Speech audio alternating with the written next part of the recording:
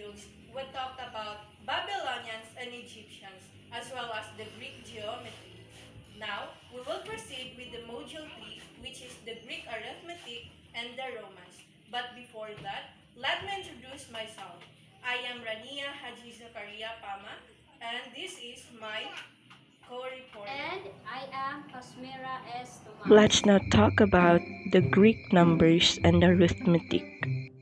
We all know that Greeks is somewhat related to Babylonians and Egyptians in terms of systems, such as in symbols, decimal, and many more.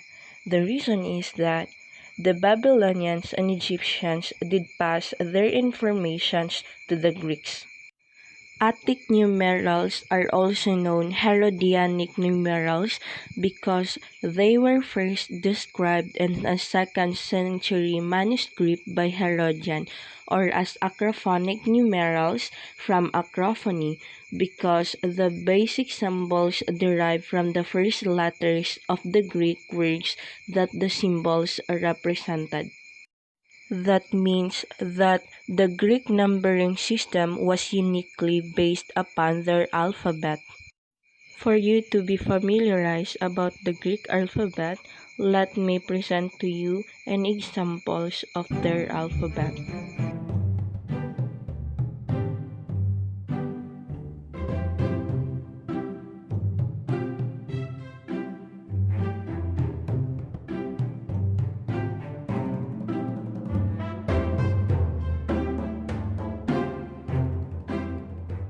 The letters that are used are iota as 1, gamma read as gente for 5, which is now penta.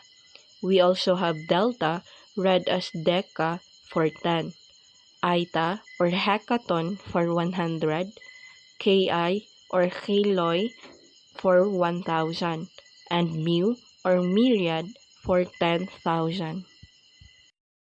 Where these letters can be used in various combinations to have another value of number. Let me present you again some examples.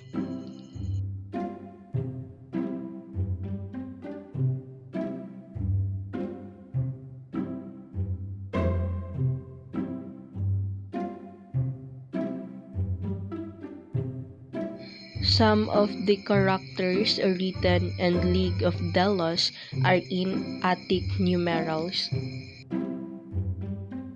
As time passed by, during the Alexandrian age, Attic system was replaced by Ionian or alphabet numerals. So what does Ionian or alphabet numerals means?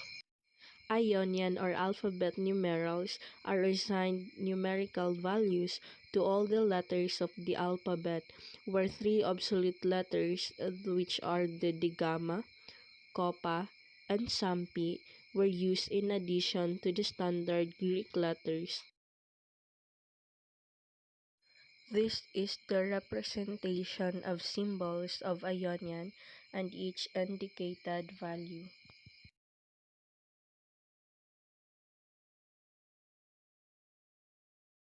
Where the symbol of 3 additional characters are.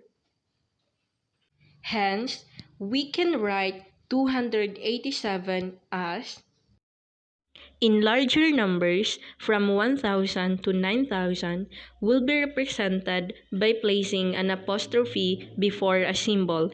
Hence, 3287 can be write as, while numbers from 10,000 and up is represented by M. Example are the following. This too shows that the numbers from 10,000 and up can be written in 2 ways. Let's move with the fractions. A diacritical mark is placed after the denominator symbol. For more complexity, overbar is being placed in a numerator symbol than diacritical mark for denominator. Examples are. As you can see, a diacritical mark is just like an apostrophe but being placed after, not like in the larger numbers that is placed before the symbol. Greeks also have calculations in arithmetic using Ionian numerals, where multiplication is carried out by using distributive property. For example, the given is the sum of alpha, pi, and sigma multiplied by beta, which is alpha represents 200, pi for 80, sigma for 7, and beta for 2. After that, substitute each value to each symbol, then we can come up with quantity 200 plus 80 plus 7 times 2. Next is apply distributive property. 200 times 2 is equals to 400, 80 times 2 is equals to 160, 7 times 2 is equals to 14. Then after that, let's do the addition. 400 plus 160 plus 14 is equals to 574, which is the final answer. And also can be written as theta, omicron, delta. Let's now proceed about the Romans. As a legend has it, Roman originally came from Rome, was founded in 753 BC by Romulus and Remus, the twin son of Mars and the god of war. But let's not talk about that. Let's proceed on how Western mathematics and arithmetic started. How did Romans mathematics started? In philosophy, poetry, and art, the Roman was an imitator, means some of their works may be similar with others. In terms of mathematics, Romans did not even deserve for imitation. Romans possessed mathematics from more ancient source, not from the Greeks. And not like the Greeks, their mathematics is somewhat connected with Babylonians and Egyptian, since the both did pass their information to the Greeks. Most probably, since Roman notation and practical geometry of Romans came from Old Etruscans, where Etruscans inhabited the desert pattern Arno and Tiber. And at the earliest period, our knowledge of them extent. Thus, according to Livy, Etruscans in the habit of representing number of years elapsed by driving yearly enel into the sanctuary of Minerva. Therefore, this practice of Etruscans continuously used by the Romans.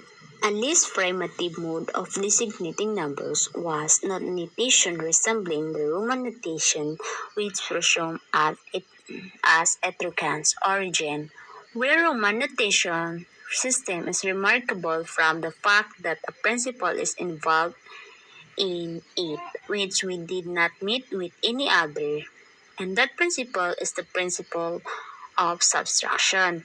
Before we proceed with the principle of subtraction, let me tell you first about Roman numerals.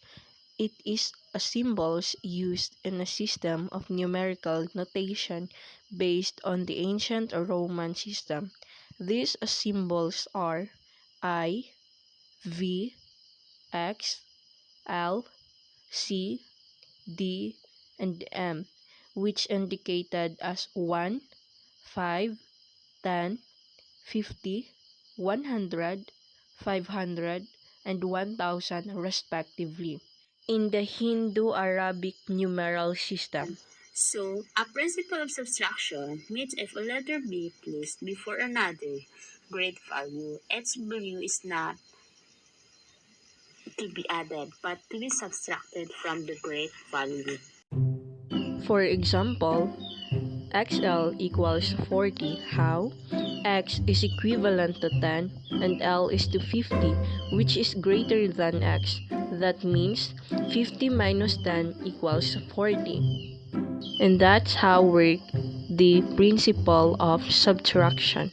Let's proceed with the principle of addition. It is a symbol placed upon after another of equal or greater value that should be added. For example, MD equals 1,500. How? M is equivalent to 1,000 and D is 500. Since M is greater than D, it should be added, not to be subtracted. This means 1000 plus 500 is equals to 1500. And fraction, Romans use duodecimal system, also known as base 12, duodecinal or rear, unshelled. Duodecimal system means a positional notation numeral system using 12 as its base. The digits are 0, 1, 2, 3, 4, 5, 6, 7, 8, 9, A, and B. But in some points, they are using upside down of 2 and 3 as A and B. This is the difference of base 12 and base 10. And as you can see, after reaching 9 in base 12, we have A as though, which is 10, and 10 in base 10 as well. We also have B as L, which is 11 in base 12 and base 10. Now look, we have 10 in base 12, but 12 in base 10, and so on and so forth. There is a really big difference between the two. Just look again in 25 and base 12, which is 30 in base 10. Imagine that difference. Let me give you an example right now.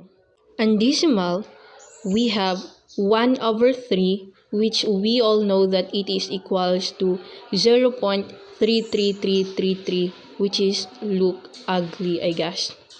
But using base 12, 1/3 is equals to 4 over 10. How? The GCF of 4 in 10 is 4. So, why 4? Because the 10 here is equivalent to 12 since we are using base 12. After finding the greatest common factor or GCF, we can have 4 over 10 which is equals to 0.4. For beginners, it may be confusing, but I guess it's easier than base 10. In arithmetical calculation, Romans employ three kinds. These are the reckoning on the fingers or finger reckoning, upon the abacus, and tables as prepared for foes. Romans use finger reckoning for calculation, means its finger symbol indicate a number or value.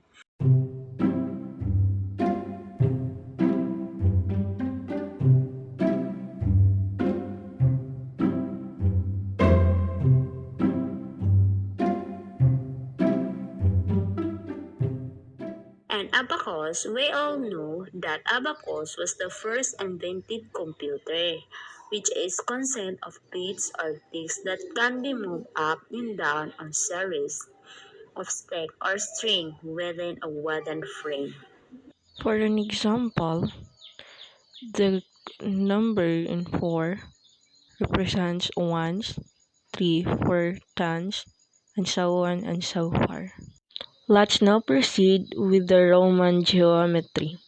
The only geometry known was the practical geometry, and just like the old Egyptians, this only consisted empirical rules.